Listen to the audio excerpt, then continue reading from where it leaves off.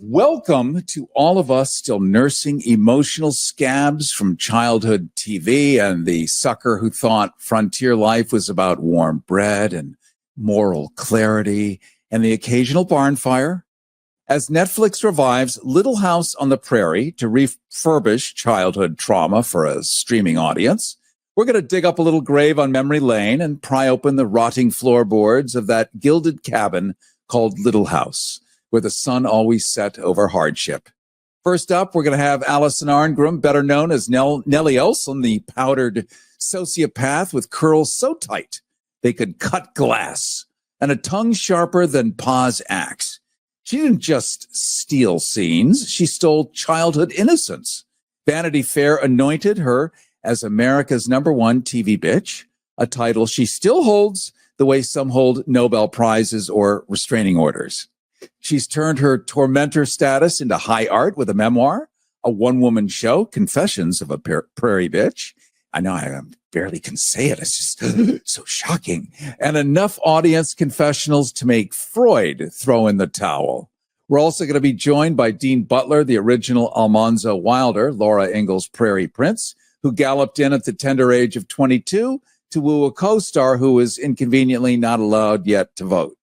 In a twist only 1970s television could love. Their romance launched thousands of rewatches, and Dean has flourished even, becoming an actor, producer, and professional time capsule of wholesomeness. And now he's written Prairie Man, a memoir where he reflects on love, legacy, and more. Together, both survived the Prairie, the Perms, and the network execs, such as they were at the time. And they're here to stare down the beast known as the Reboot. Wow. What a setup. I mean, you are something, man. Wow, what a setup. I'm sorry. What did you say about Alison destroying childhood dreams or, yes, or something? Like childhood innocence and stage confessions would make Freud throw in the towel. I'm oh my God, I'm dying over here. This may be the best introduction I've ever great had. Stuff, Cary. Great stuff. Well, I am for hire, so I will just throw that out there. Alison Arngrim and Dean Butler, welcome to the show.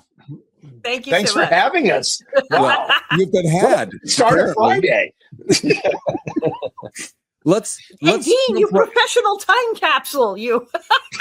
we both. I love that. Well, a professional time and something about something of wholesomeness. Well, you know, I'll buy that. I mean, I'll accept that. It's fine. The joys of extemporaneous speaking. So let's start with you, Alison. Nellie Olson was TV's original Regina George from the movie Mean Girls, in a way, minus the burn book plus a wig sewn by Satan. Was there ever a line you refused to say because it was simply too cruel or too accurate? No, I enjoyed it enormously. Now, there's an episode I refer to as the episode where even I hate me, is the one where I pick on the stuttering girl. The music box where Laura has a friend, Anna, who stutters. And I say I have a club. And it's not a password. I tell her she has to say the password. I'm sorry. Saying the entire poem, Peter Piper, pick to peck a pickled peppers, is not a freaking password. And but I tell the stuttering girl she has to say this, and then I scream at her till she cries.